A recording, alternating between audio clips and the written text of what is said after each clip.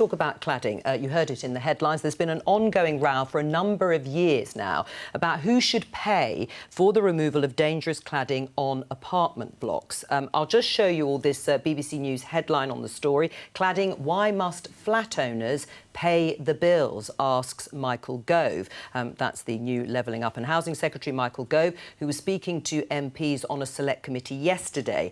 Now, he has also said that plans to make leaseholders in blocks under 18 metres take out loans to pay for the work should be paused. Let's talk to Ruth Guest from the Manchester Cladiators group. We've spoken to the group before, not to you, though, Ruth. What did you make of Michael Gove's comments yesterday? I'm reluctantly optimistic. But we've heard all this before from Robert Jenrick, from Lord Greenhow.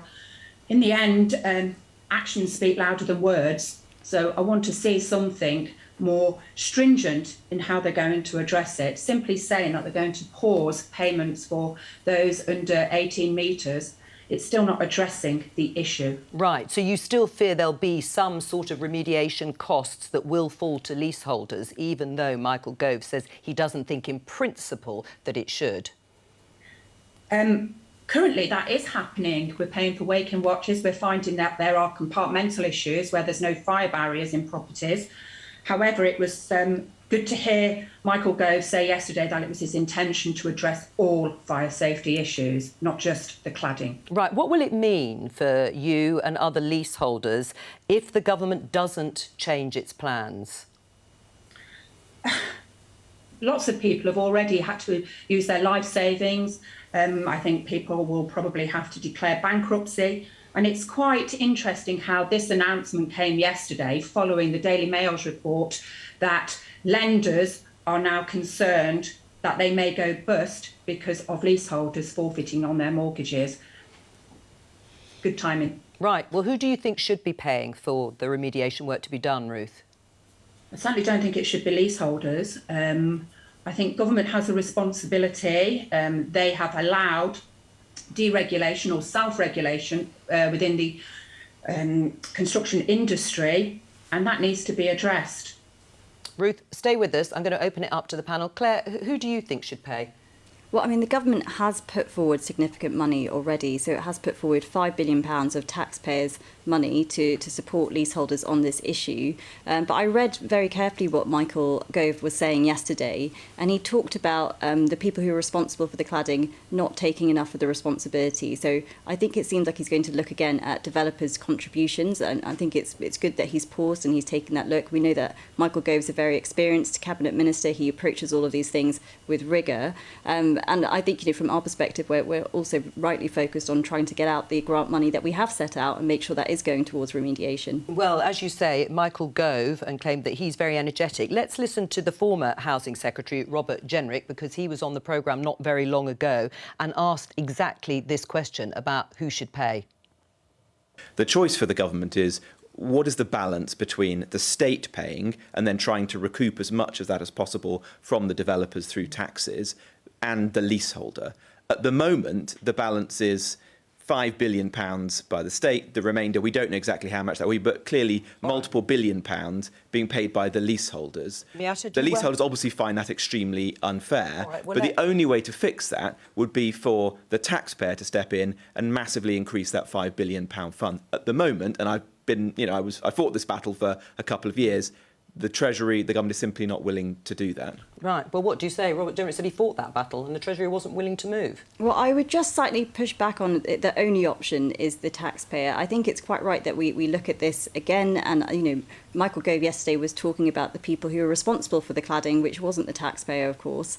And I would say that actually £5 billion is a significant amount of money, of taxpayer money, which we have already put towards this. Right. David, are you encouraged by what you've heard from Michael Gove, or do you think it's going to be all talk and in the end the Treasury will win the day? Well, I'm one of the very few people on my side of the political divide who actually likes Michael Gove, despite some of the things he did when he was Education Secretary.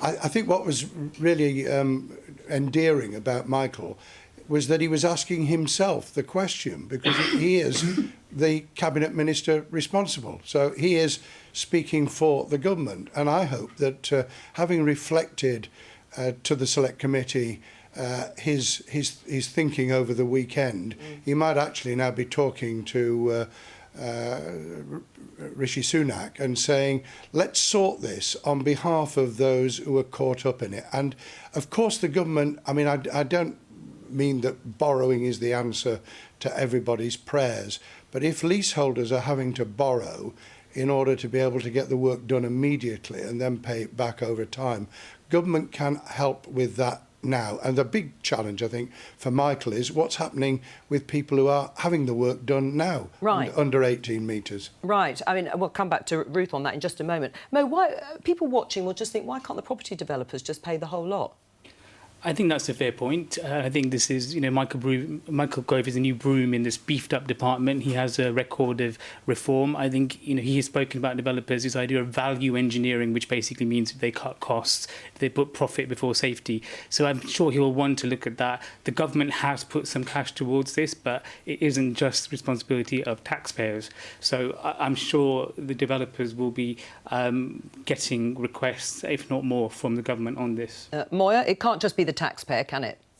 No, absolutely not. And Michael Gove, actually, I don't know why we're softening it. He was very unequivocal on this yesterday. He said he didn't know why people were being asked to pay at all, leaseholders, and that we collectively, this is a direct quote, the department, some in local government, others in the private sector, failed people at Grenfell, and there are people who were and still are in buildings where there's a significant risk. And I think it's also really important to stress that we live in a country that prizes house ownership.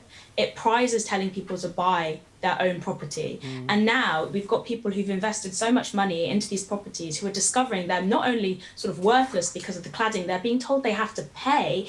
It's been linked to a really bad rise in mental health. The people who died at Grenfell are not the only victims of this cladding crisis. I think 20% of leaseholders who've been trapped by this cladding reported they had suicidal thoughts. And cladding was said to be a significant factor in the deaths of several people who've died by suicide recently. One tragic case last year was Tom Mansell, who had 4 flats, which were found to have flammable cladding. Just one of those flats would have cost Tom 50k, and his friend said afterwards it was a significant factor in his death.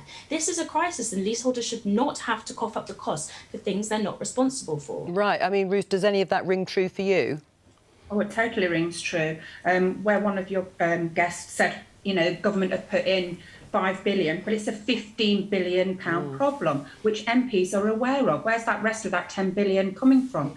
I think government should be tackling this, take it on, sort it all out, and then go after the people who are responsible afterwards. Trying to sort out who's responsible now and getting them to pay is not working. Well, you're in the Treasury, Claire. What do you say?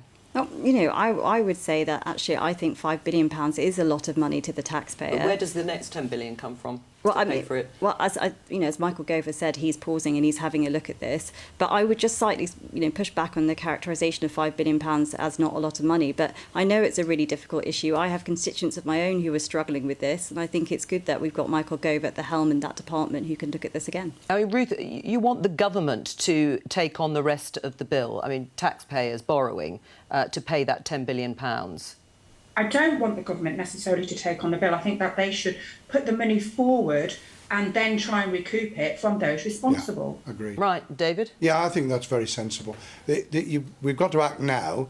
Only government can do that. They're in a position to be able to, and then claw back the expenditure over time, because it will take over time. Even we can have a go at developers, but if you don't want them to just simply go bust, and we don't, then you're going to have to do it over a period of time. Only government can do that. Right. But David, there was a new tax announced on residential developers from 2022, and that would claw back £2 billion over 10 years. That could still leave a very big gap, and no one knowing, including Ruth, who is going to have to pay in the end. Precisely. What a terrible mess. I mean, who do you think at this point, Michael Gove said he's paused it, but no one yet knows, do they, Claire? What sort of reassurance can the government give while people are in the situation that Ruth is going through and the sorts of people that Moya has outlined?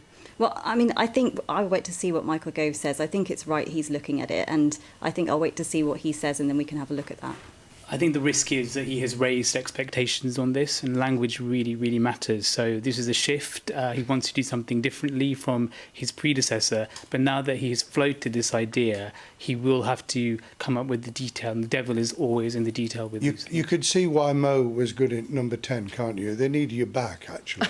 Well, there you go. A vote of confidence for you, Mo, to go back into number 10.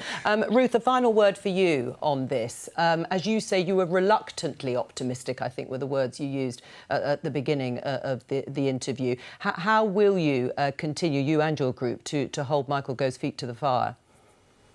We'll just keep campaigning and hope for the best. All right, Ruth, thank you very much for joining us today from Manchester Cladiators.